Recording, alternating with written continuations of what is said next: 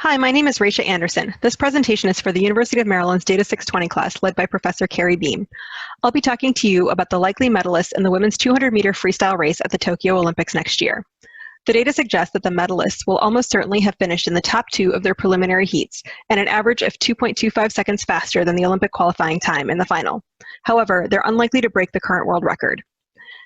Because the Olympics are held only every 4 years, I've created an annualized data set by including results from Olympic caliber events, specifically World Championships, which are held in odd-numbered years, and the Pan-Pacific Championships and the European Swimming Championships, which are both held in even non-Olympic years, and between them cover a global field of athletes. This scatter plot of finalist places in preliminary heats over time shows us that it will be harder to qualify for the final round in Tokyo than at previous races. The top of the chart shows the maximum preliminary heat place of finalists. We can see that a finalist could have placed in the bottom half of her heat and still made the final in the past. That said, we can see from the forecast that in the chart that the ceiling on getting into the finals is dropping below third place. The challenge of making the final is even clearer in the bottom of the chart, which shows the median preliminary heat place of finalists over time dropping to below 2.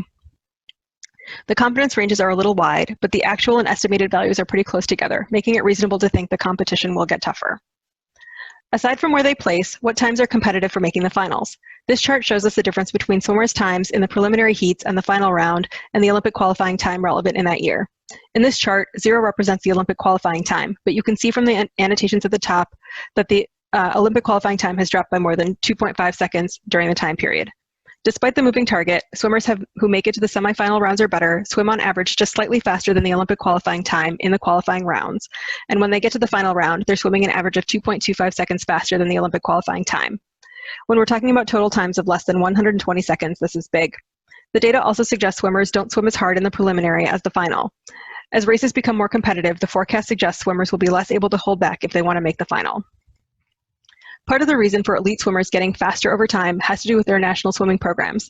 This map shows the number of finalists in these competitions by their nationality. The US has sent the most women at 31 since 2003. Australia has sent 24. Both have been dominant over the time frame. However, the Olympics caps nations at 2 swimmers per event. The level of competition at the national level just to get one of these 2 spots is intense. 14 of the fastest women in the world in this event are American, and it makes those swimmers faster and as a result drives the entire international field to be faster. The graph of the medalist results over time shows us that the medalists, just like the rest of the field, have been trending faster. The bumps up at 2010 and 2014 are part of a 4-year cycle in which new athletes who are a bit slower join the Olympic caliber crowd. The valleys demonstrate that the Olympics are really what everyone trains for. One slight deviation is 2009 when the current world record was set. Still, times in 2008 are among the lowest in the series.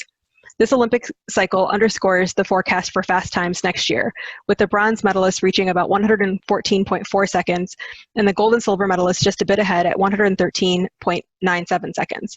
Tableau rates this forecast as okay, but comparing the actual times in 2019, shown on the constant lines with the forecast, shows the forecast is not far off, and well within the 95% confidence band.